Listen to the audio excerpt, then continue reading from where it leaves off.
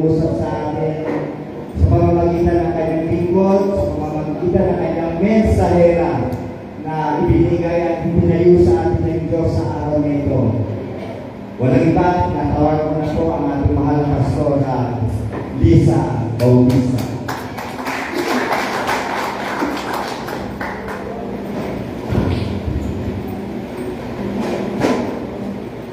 Thank you, Pastor. Introduction and teka kung makakabulog. Magandang umaga and good morning, everyone. Amen. So, isa na good morning. Good morning. So, sa umaga nito, before we start our prayer, let us, ito pala, nasa akin pala. Ang verse for this morning ay pinuha ko sa Psalm 46, 1-7. And let me read it to you. God is our refuge and strength, an ever-present help in trouble. Therefore we will not fear, though the earth give away and the mountains fall into the heart of the sea, though the waters roar and foam, and the mountains quake and their surging, there is a river whose streams make glad the city of God, the holy place where the Most High dwells. God is within her, she will not fall. God will help her at break of day. Nations are in uproar, kingdoms fall, he lifts his voice, he proclaims, the Lord Almighty is with us. This is the word of the Lord. Let us pray. Loving Heavenly Father, we would like to thank you for this morning, for your word to us. Lord, we know that you are our great encourager. And this morning, encourage every one of us because we want to grow closer to you, Lord, as you want also us to grow closer to us, O Lord. Thank you, Father, and we give you glory and honor and praise as we bless this word for this morning. In Jesus' name, amen. Amen. Hallelujah. So ngayon po, bago itong question ko po, kapag po kayo, nung kayo po ay bata pa, ano po ang mga pinapangarap niyo sa buhay? Halimbawa, kayo nag-aaral, natapos yung mag-aral, tapos kapag kayo ay gumraduate na, nagprimahan kayo, ano po yung mga gusto niyong bilhin? Ano po yung una niyong naiisip na gusto niyong ma-acquire? Bahay.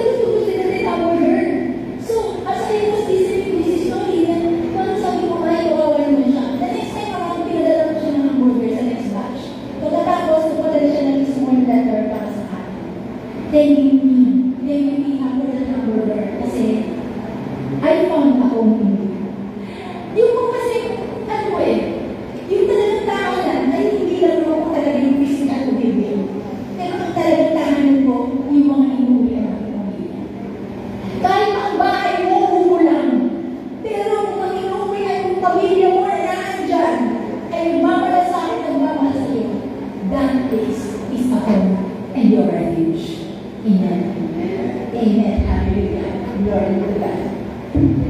So, I just want also to share with you a story kung bakit sinabi mo alagang ko talaga yung home. Naku kasi ng bata ako, ang totoo ko niya, tapos po kasi ako sa dogs. Kaya naman po ako nagkaroon ng fear. Kasi yung kapitbahay namin, nanggat ng aso sa himla na makalaki buhay. Siyempre, ang dami kong idea, lahat ng aso nangangagat. So, one time po, tumakas ako punta sa tindahan para bumili. Ano mo naman ako kaalis ng galing sa bahay eh. Dahil lalo na kailangan mo na sa bed. Wala ka na kailangan bili sa tindahan. Pero yung mga nakita ko mga bata nakakabili ng candy. So, takas ako. Hindi na ako tayo pupunta ako sa tindahan. Ay, pagtakas ko, meron kasing dito, may aso kong nakakagat. Tapos, yung aso ko doon ay guling pa. Pag nabubuksan ko yung gate nun, at nakakalabas yung aso na nakakawala na nakakagat. Pagkagkas ko doon, sarado yung gate. Pero, pagbalik ko bukas yung gate, at nakakawala ko yung aso guling. Oh my goodness, takot ako kaya ginawa ko. Dahil niliisip ko na nakakagat siya.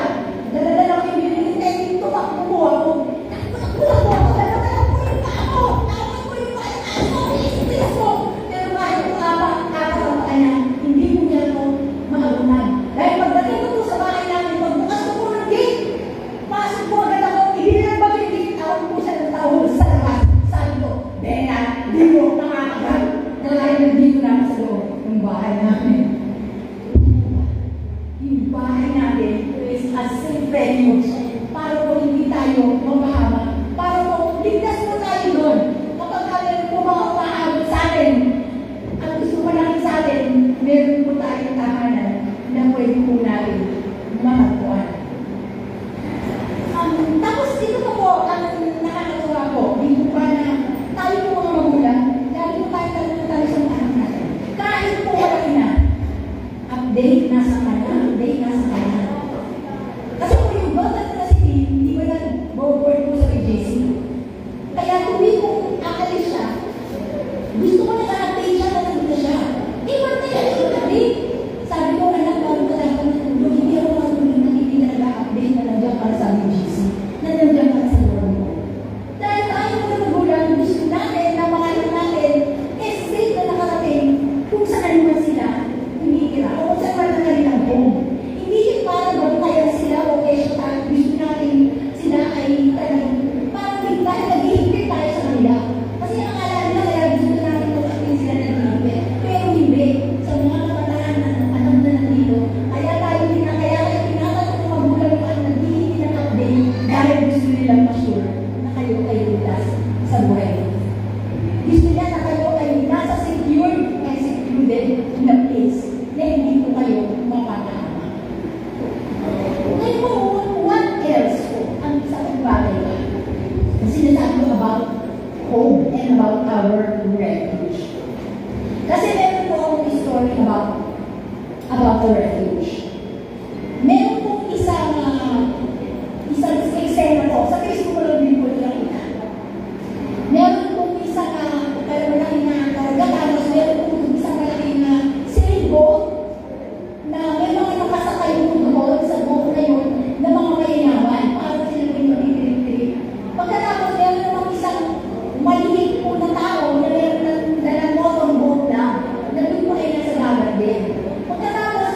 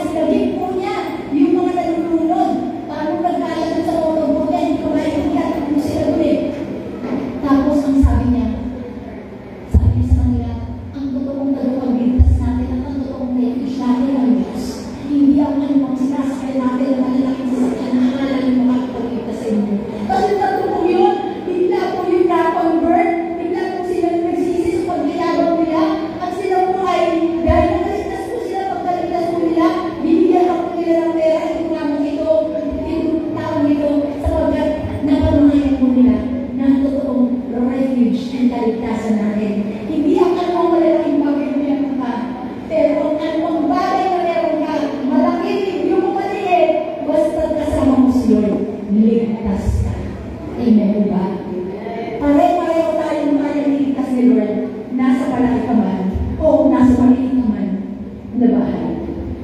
Pero what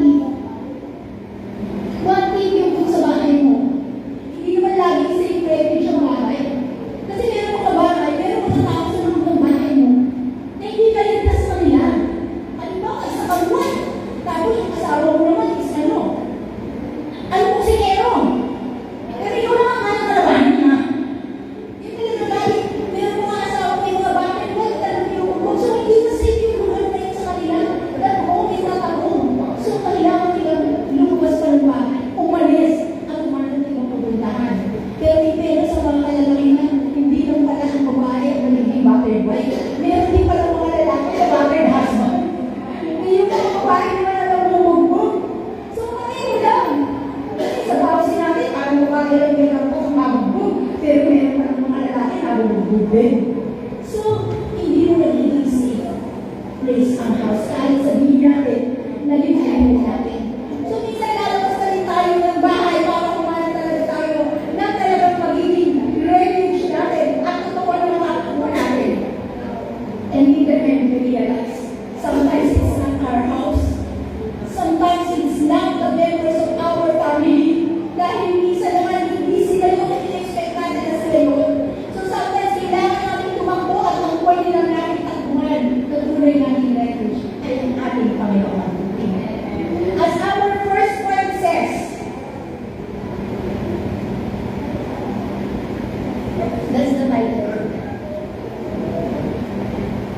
God is our refuge and strength, an ever-present help in trouble. Ayan. Makikita po natin sa picture na yan, seeking shelter, ang totoong shelter natin si God. At makikita po natin kasi sa picture, isang guy na yakap po niya yung wife niya. Kasi po, ang shelter din po natin is yung pagmamahal ng mga tao sa akin ay totoong nagmamalasakit.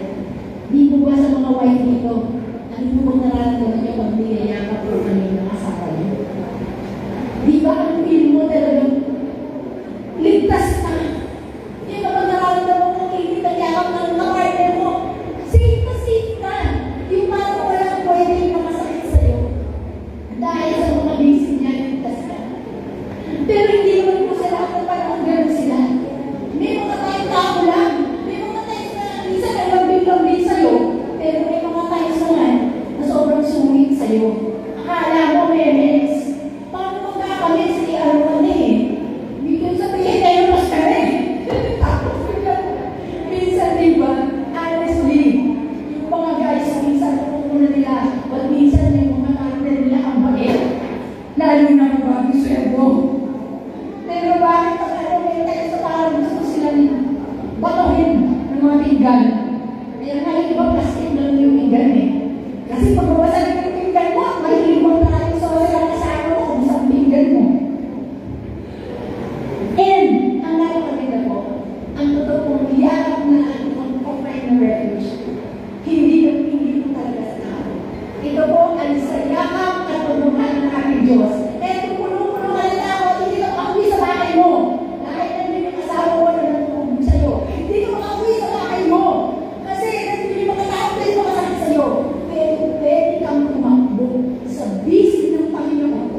Pwede kang magpayakap kay Lord. Kapag sa hilig ng yakap ng Panginoon, ligtas ka. Hindi ka nakakaya ang masaktan o mapahama. Amen? Can we all say it to the Lord?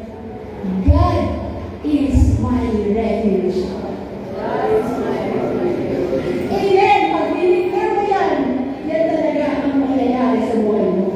So, on our first point, ito seeking refuge pa rin yan. Ang spiritual verse natin dito is Psalm 91:2. God assures us na siya yung ating refuge. Psalm 91 pala yun. Psalm 91. Memorize ko yan.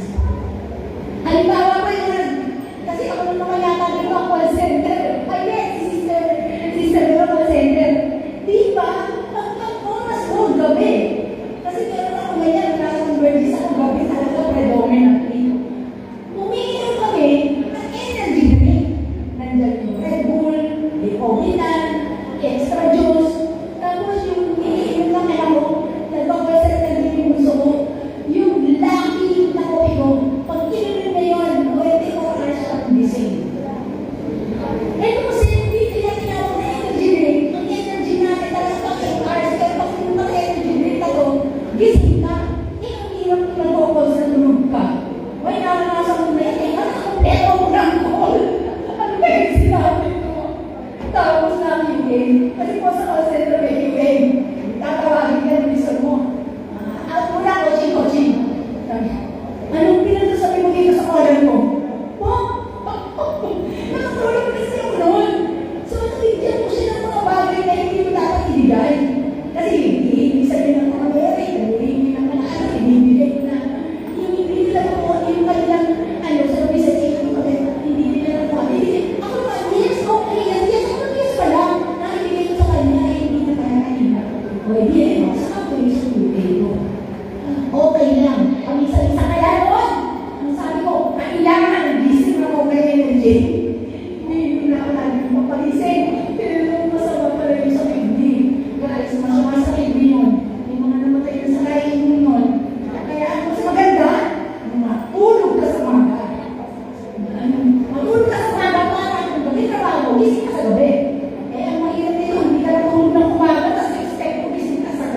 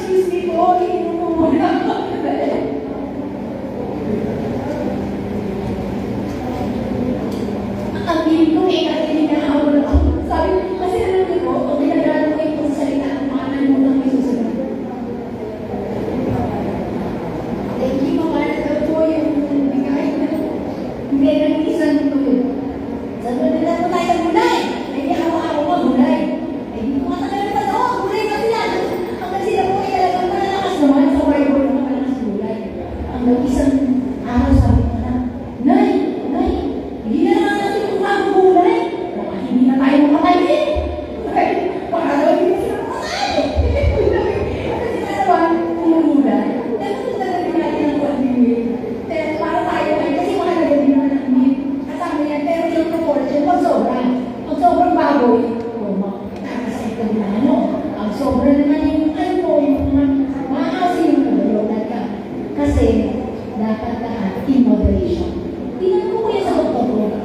Kasi yung kasakansar ko, kailangan ng daming bawal. Ginawa ko, hindi ko kinain lahat ng mga bawal. Nangyayari po ako. Sabi ko, nang mamamatay ko, hindi dahil sa cancer, dahil sa bukong.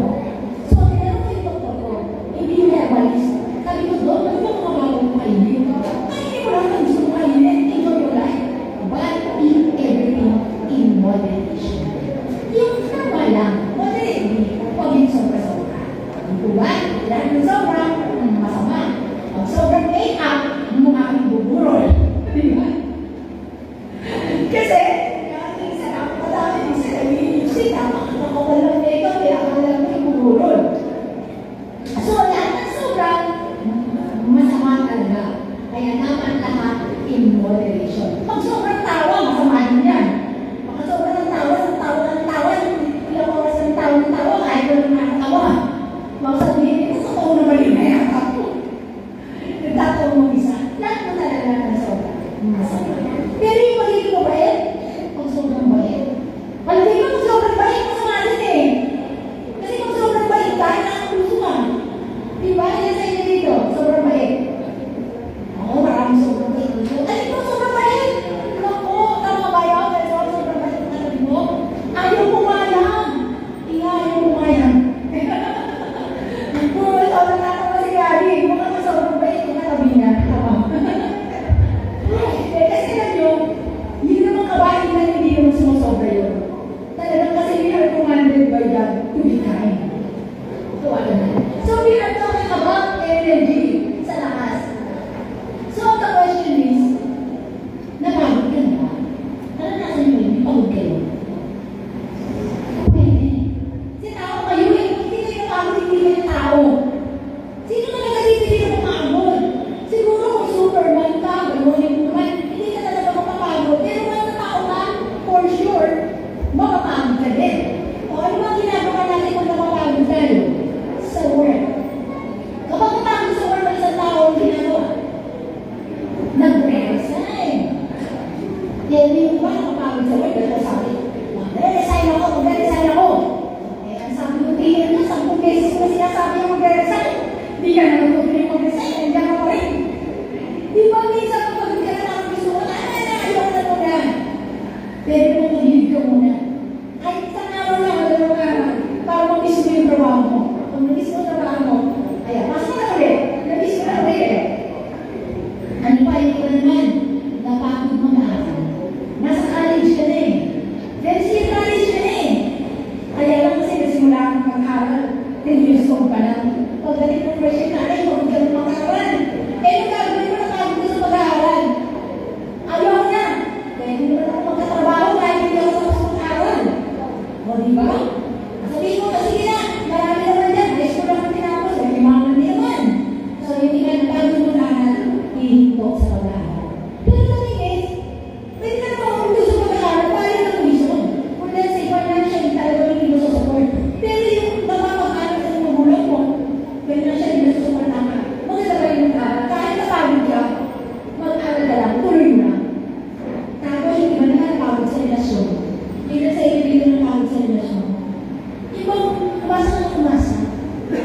Na kayo talaga. Kaya lang, ano naman iiwan mo yung talaga mo sa kanya? Kapag nag-text ka ngayon, ang reply niya bukas. Kapag nakita ko siya naka-online mo maghapon, pero hindi mo na nabasa yung text mo. Hindi mo na reply, hindi mo na inar. Tapos di mo alam, pagkatinanong mo, kung bakit hindi siya nag-reply. Ang sabi niya, lumat daw siya. O ang sabi niya, ano daw, yung cellphone daw niya. Iba ang lumat, tama, hindi, online. Tama na yung paliwanag. So, sometimes nangyayari kung mapagod ka na sa relasyon. So, pag ganito nangyari, ano ginagawa mo? Wait na tayo. I think hindi tayo para sa isa't isa. You have no time for me. Hindi lang sa mga mag-boyfriend ko, minsan pa sa mga mag-asawa. Pero bakit kayo sa asawa ko, sa nakubuhan nga sa'yo? Kasi hindi naman hindi ka nag-join mo. Ay nangyari, pinagpungangaan ka, pinagpungangaan, at dinakay pa buong pamilya mo. Dinakay pa yung mga ano, hindi na kasali. Kayo na ang nakaway ng pamilya mo dinamay. So minsan napagod ka sa pag-relasyon ng mga asawa.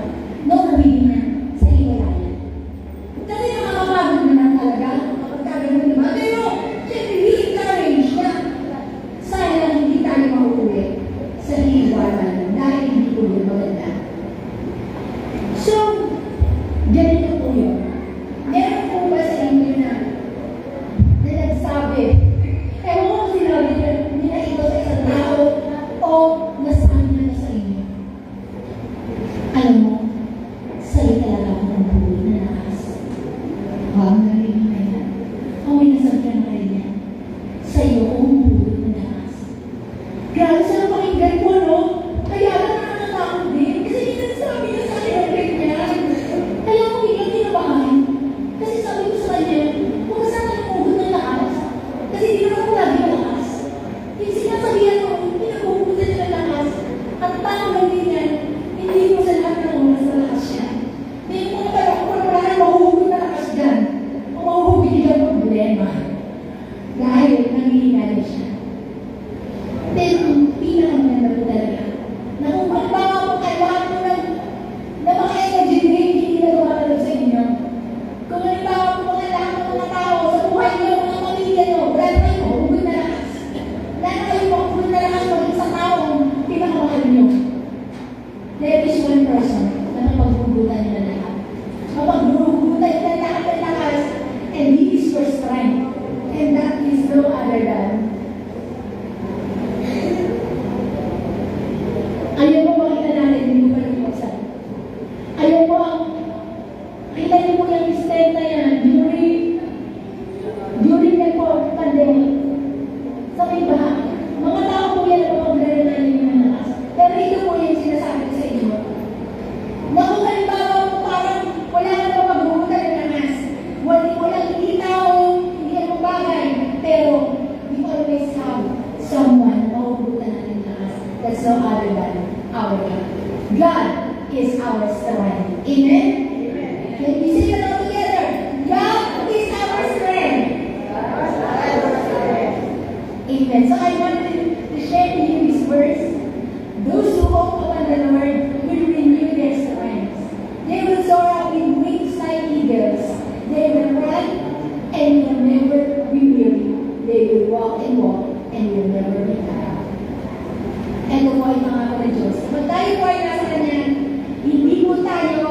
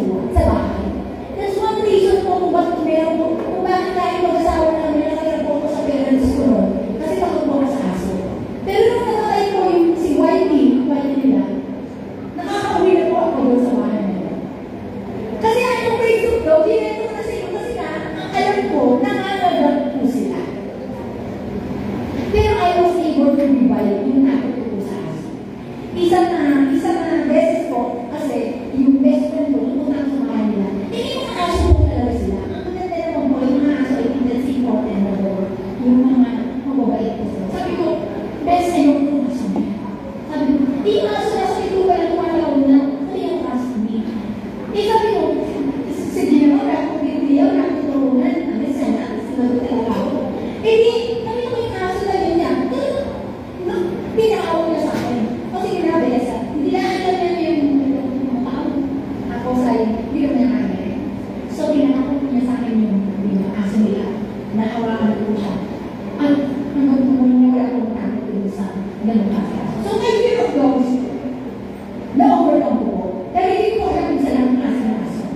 So, there is always a way of overcoming your fears. Hindi ba naman ako takot ko sa kamatayan? Pero hindi ko takot tayo kung kumatay eh. Pero yung iba, hindi takot kumatay. Hinahanap nila kamatayan. Nagsusunod is suicide. Di ba?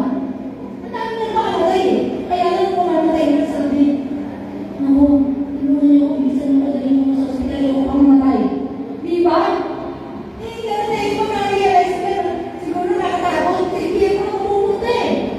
Pag nagpakamatay ka, pero hindi natin talagang kung how it goes. Pero syempre, si Lord nagbigay ng buhay mo eh.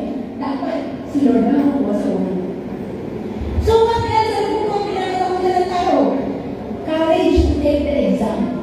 Minsan, takot ka mag-board exam. Lalo na kung ika-take mo na. Eh, yung first take, takot ka mag-take. Yung first take mo, bakit? Pag bumagsak ako dyan, sasabihin ng mga tao, ang bobo ko. Valedictorian ka naman ang hindi ako pumasa. Minsan, takot na tayo. Minsan naman po yun, di ba? Takot po na magsabi ng, I'm sorry. Alam niyo yung kung salita na yung sorry, dalawang salita ng mulo. Pero bakit po takot tayo kung sabi na yung sorry? Kasi, baka ma-reject ka. Baka mag-sorry ka na, pero hindi ka na yung gawin. So what? Habang ka rin yung say sorry, magkakatakot. Ang ayaw mo na tanggapin at nag-sorry ka, you have done your part. Tapos marami pa po. Marami pa po iba't-ibang tayo pinakatakutan. Iba't-ibang pinakatakutan ng mga tao at hindi po natin basta makakalis po yun. Yung mga takot na yun sa sarili natin kasi hindi po natin kaya maalis. Meron iba po natatakot din mabigo kaya hindi sumusubok. Pero napakaboring ng buhay ng puro tao. Dahil kapag nagbuhay ka sa tao, hindi ka magiging masaya. Dahil kayo naman ka ng tao mo, hindi mo magawa kung bakit yung gusto mo na rin takot ka. May mga pa isa kong bagay. Nakilala ko na tao is yung po mga sumali. Marami po kasi, no? Sumali sa isang organisasyon, takot ka lumayo dito sa harap. Marami po bagay. Pero I want to tell you a story. Pero dito alam niyo po ito eh. Para mag-end po dito. That is our revolution of enlightenment. Ayan. Okay. God's presence, ay hindi ko sasabihin ko eh. Okay, dito na wala tayo ito. Ibabalik ko na lang. Kaya ito, sa pisto na yan. Ayan, okay, ano yung story? Meron pong isang palaro. Isang ano po, nasa circus po sila. Malagay ko, alam mo na po eh. Ilang beses na kayo. Doon po sa circus na yun, meron po yung game na tatawid sa, hindi po tumatawid sa alambre. Meron pong lalaki doon na kanyang pong talent ay tumatawid sa alambre. So, pinatawid po siya ng mga tao, tumatawid po siya sa alambre. Patatawa po sila! Tumatawid sa alambre. Pagkatapos, mga tao, sabi niya, okay, sino sa inyo ang gusto sumakay dito sa akin, mga po siya card. Dito sa card na ito, pagkatapos itatawid ko kayo sa alambre. Grabe, bubalik mo, mag-volunteer ako. Huwag na, pero lahat sila, mga pero ayaw nila sumakay dito sa card na itatawid sa alambre. Pero, after a bit of silence, bigyan may nag-volunteer! Ano? Kamusta ka yan? Alam mo po, isang bata po yung nag-volunteer. Sumakay po siya doon sa cart at tumawid po sa alambre. Kasama po yung lalaki. Tapos sigawan yung mga tao at sigawan. Hanggang naitawid po yung cart at ligtas po silang dalawang bata. At lalo po sila ng sigawan. Tapos sinala nila yung mga bakit mas makain yung panilig ng ako? Ano po ang mga tao? Eh, tatay ko po yung mga. Tatay ko po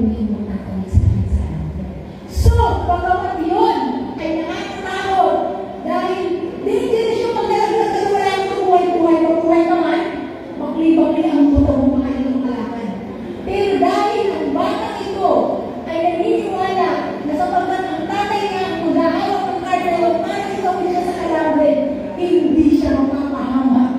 Katulad din po natin yan. Kung sa tingin natin, parang nakakatakot eh. Parang kapag may mga tatawin tayo sa buhay na parang mahirap. Parang, Lord, magsumakay ako dyan. Baka hindi ko kaya. Pero, let us trust the Lord. Nagaano bang ka-danger sa ating pagdaanan? Gaano bang mahirap ang ating hinaharap kapag tayo ay nasa presence ng ating Panginoon at kapag tayo sa Panginoon natin tayo nagtiwala, nagbigay ng ating lakas ng loob dahil kung ng tawag natin, aalisin niya at itatawid niya tayo ng makagumpay sa lahat ng ating pinagdaanan sa buhay. Amen? In the future, pwede may pagdaanan kayo, hindi ko alam. Pero magkaroon tayo ng tamang at lakas na loob dahil kapag ang Diyos ang nagkarga sa atin, hindi na tayo bibitawan hanggang hindi siya sigurado ligtas. Amen. Amen. Hallelujah. Let us tell the Lord, God is our courage. Again, God is our courage. Okay, thank you. And yan po yung tinatawanan. Ewan ko po kung naligaw na po kayo. Tapos, hindi na tayo. Ayan. Hindi na lang po yung mga susunod. God is our peace. Hindi po ako sa God is our peace. Sometimes po, ang buhay ko, hindi po namin buhay. Kaya, minsan po, naghanap ko ng peace sa solitude. So, ayun po yung usually ginagawa niyo kapag kapitahan ang ingay ng mundo. Anong usually ginagawa niyo? Natutulog. Pero hindi ka makakatulog ba ingay? Pero usually kapag naghanap ka ng peace, gusto mo pumunta sa mga lugar na mapayaman. Ang sabi dito there is a river. Yung iba pumunta sa may malapit sa dagat, yung iba pumunta sa may mga river. Ako po lang kapag naghanap ako ng peace, pumunta ako sa Touch of Glory Prayer Mountain. Yan po talaga ang takbuhan ko. Kahit malayo po yun. Kasi pagdating ko po doon ang pakiramdam ko, nandun ko ang peace. Dahil nandun ko ang peace of God. Prayer Mountain ko ang makikita. Hindi pa naman po ako pumunta sa mga hindi mo talaga parang mga natin magkayamakan.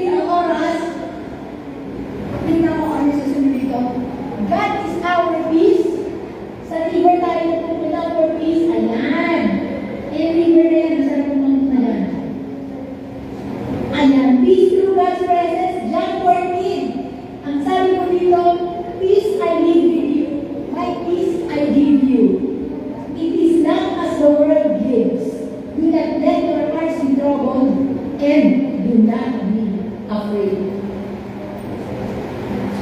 So, yung pong peace ni Lord, kagaya ko na sinabi ko kanina, ito po ay makakamtan po natin if we are in the Lord. Hindi po natin ito mamibili, pero ito po ay mahibili sa atin ng ating Panginoon. I just want to share with you, kinanong ko yung brother ko. My brother ko na attorney is, yung po isa sa mga close kapatid. Siya po ay dati na nag-attorney dito sa Baitari, pero nakapagtayo po siya ng sarili niyang law office sa Batangas at ang dami po niyang kuwanya. Pero tinanong ko siya, Kuya, ano gusto mo, ano bang hinihintay mo kay Lord? Sabi niya, ang gusto lang daw niya ay peace. Hindi pala buhay ng isang attorney, hindi pala peaceful. Kasi dami niya pinaglaban, kung isang kailangan niya kung sinungaling, kasi kailangan niya pala ako kaya kanya. Sabi ko nga, kung buhay pa si Kuya, hindi ako pinag-aalala mo. Pero di ba, ano pa rin naman, di ba, okay rin. So, sabi ko niya, he wants peace. Alam niyo po, binigay ni Lord ang peace ko yan. At the age of 55, year 2006, meron po siyang hearing. Pero ang tulong na lang ko, ang ating ito, at nagpe-prepare po siya for the hearing. Nag-rest in peace po siya. Kinuha po siya ni Lord at the age of 55. Ang aga po siya, pero yung po, hindi niya gusto niya magkaroon ng peace. And I believe, my brother is at peace right now. Tapos, yung wife po niya, actually, nakapag-asawa pa po rin. At the age of 60. Pero yung kuya ko, binigay sa kanya ni Lord ang peace. Dahil ito peace, nasa Panginoon. Alam mo yung mga namatay po natin mga mahal sa buhay? Punta na yung masyado talaga malungkot. Kasi yung perfect peace na nararamdaman nila, hindi mo ikukumpara. At hindi sigurado ko sa inyo, meron kong pagkakataon na pwede sila bumalik dito. Pag tinanongin mo sila kung gusto nilang bumalik sa lupa, sasabihin ko nila sa inyo, ayaw na nila. Kasi mas masarap sa isang lugar na there is perfect peace. Amen? Amen. Hallelujah. So, let us go to the next one. May bilang po na, God is our stability.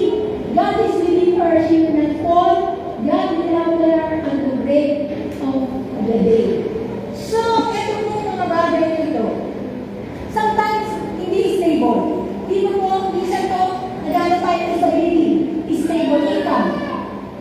Di ba kapag wala ang stable income, ang dali mo ma-shake. Di ka rin, naku, dahil stable income, stress ko. Kaya kung ginagawa ko bagay nito, stress ko. Naku, di ba ba, nagiging reason mo na yung ginagawa mo masama, nagiging reason mo na yung mga bagay na yun dahil sa ikaw ay struggling financially. Yung kapag ka talaga kulang ka sa financial, talagang nasa-shake ka, lalo na may family ka. Kaya nasa-shake ka tapos may baby ka, ang mahal ng gatas. So financially, nagmula ko, Lord, kailangan Lord, payamanin mo. Hindi naman tayo kailangan mayaman na mayaman para hindi ka ma-shake. Basta kasama mo si Lord at marunong kang mag-budget ng pera mo. Kahit magkano na yan magkakot. Kaya rin ako nalaman ko. Kaya dito nalaman, baka natapos na ang mission sa lupa. Baka wala na ako dito. So tayo na yan, sana rin tayo sa ayaw natin. Kasi nakakatakot po, di ba, na pag-iinahan. Kaya, let us take the Lord yung pag hindi stable yung BP mo. Pag hindi stable yung blood sugar mo, hindi stable lahat sa katawan mo, nakakatakot mo yan. Kaya nga, I thank na lang din dahil may health card din ako. Pag may health card kasi tayo, hindi tayo mapagastos masyado. Kung wala ka health card, isang pasok mo sa ospital na po, ang hirap ko nga ng cash agad. Pero sa public hospital, pwede. Pwede naman. Pipila ka nga lang. Kaya na bago kumabot sa'yo, baka hindi ka lang humihingan. Sa kabahan ng pila, bago kumakaskaso. Pero kung may kilala ka naman sa loob, ayos ka na. So ano ba? Minsan nasa-share tayo dahil napunta tayo sa future. Ano kayo mangyayari sa future? Ako kaya ay makakatagpo ka ng sakuan ko. Ano kayo mangyayari sa future? May crisis na ngayon. Makakabili pa kaya ako ng gas. Yung mga tayong tao takot sa kinabukasan. Pero ang sabi nga, do not be afraid of tomorrow because God is already there. Huwag kang matakot sa bukas kasi naandun na si Lord. Inihanda niya ang future mo. So what else? Marami yung notes ko. Yan. And future. So, hindi na yan.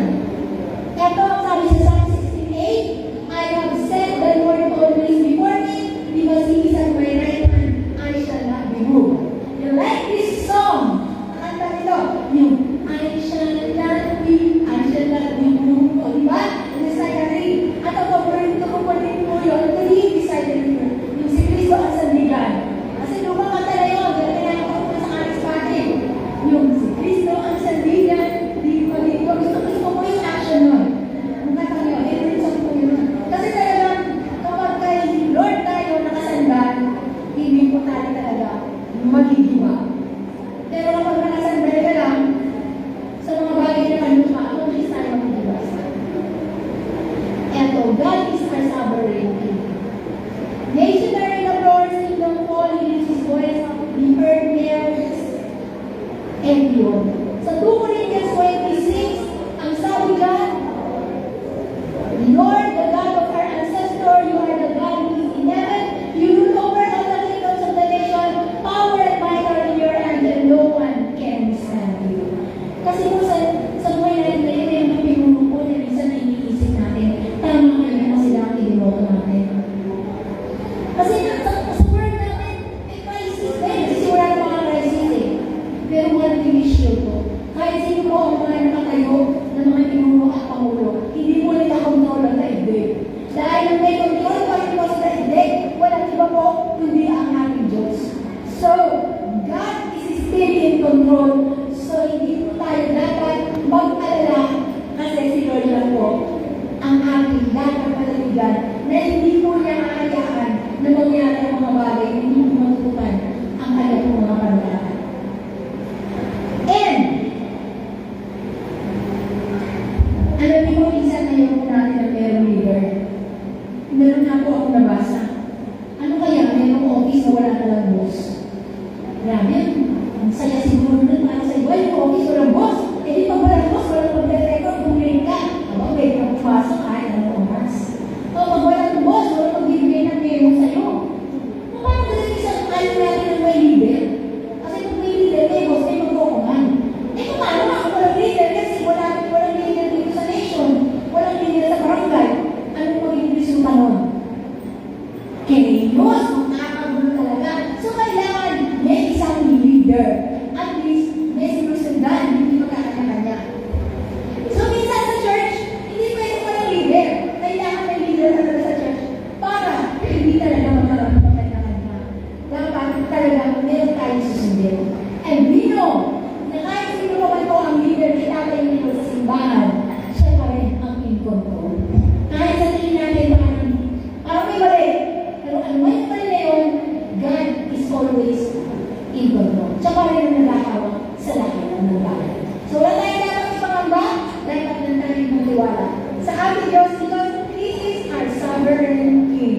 Sabi sa inyo, mabilis ang last point na tayo niya. God is our fortress. The Lord Almighty is with us. The God of Jacob is our fortress. What is a fortress po ba? A fortress is a safe place. Di ba kailangan natin na meron tayong safe place na dapat natin matatakbuhan?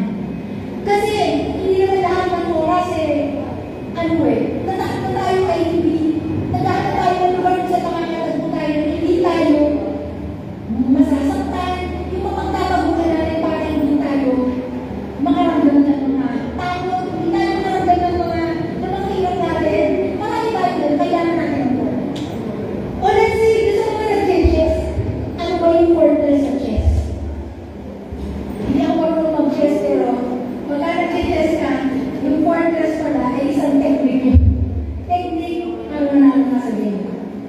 Or sa football naman, yun yung fortress. Ang fortress daw sa football, yun po yung parang stadium siya, yung tumatakbo para makipanalo mo, yung pagkalaban mo. And sa military, meron po tayo fortress. Ito po yun. Out ito. Yeah, kasi yung last time. Yan, God is our fortress. Ayan po yung lugar sa military fortress po yan. Nakapagpapag po ikaw ay nasa battle, pwede kang tumakbo sa lugar na yan, na isang safe place yan, kung saan pwede kang mag-recharge, magpalakas. Tapos yung mga sugatan na pwede pumunta dyan, doon po nila. So tayo po, sa buhay natin, everyday, may labanan talaga. Totoo po yun. Alam mo, ano lang yun eh. Parang sinasabi lang nila, everyday you are in a battle. Pero totoo yun, everyday you are in a battle. Diba everyday, may tatalo sa isip mo.